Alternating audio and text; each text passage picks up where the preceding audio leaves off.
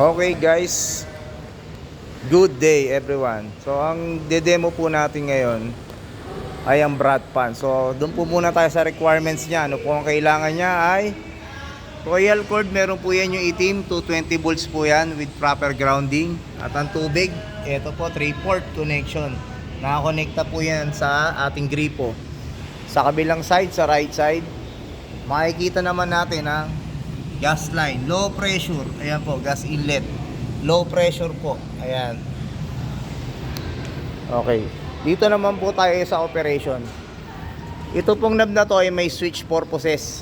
Isang pihit pa clockwise, iilaw na po yung green. Ayan na po. Ngayon, pwede na po natin pagganahin ito, itong lifting natin, pang lifter natin ng pan. So ayan na po, napapansin nyo po, op, taas, baba. Ayan po. Mapapagana na rin po natin ang water valve natin. On, ayan, may tubig na po. Dito naman po tayo sa kabila. So dito po tayo kung paano natin paaapuyin yung pilot. So itulak, pipihitin po papuntang pilot sign. Tapos itutulak po siya, naka-hold lang po. Tapos ignite. Hintayin po natin magkaroon ng pilot.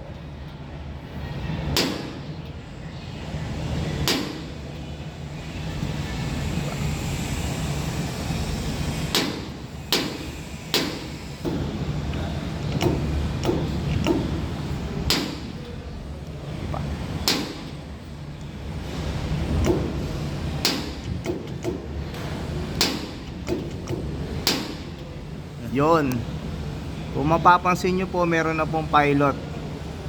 Ayan na po yung pilot nya.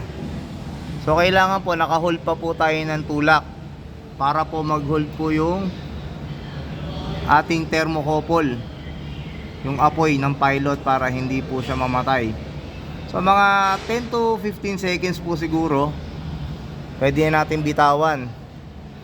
At kapag hindi po namatay, ayan, nakabitaw na po ako. Ayan na po yung pilot. Pwede na po natin ilipat sa fire position. So tulak, pihit, ayan na po yung sign po ng fire. So wala pa po siyang apoy.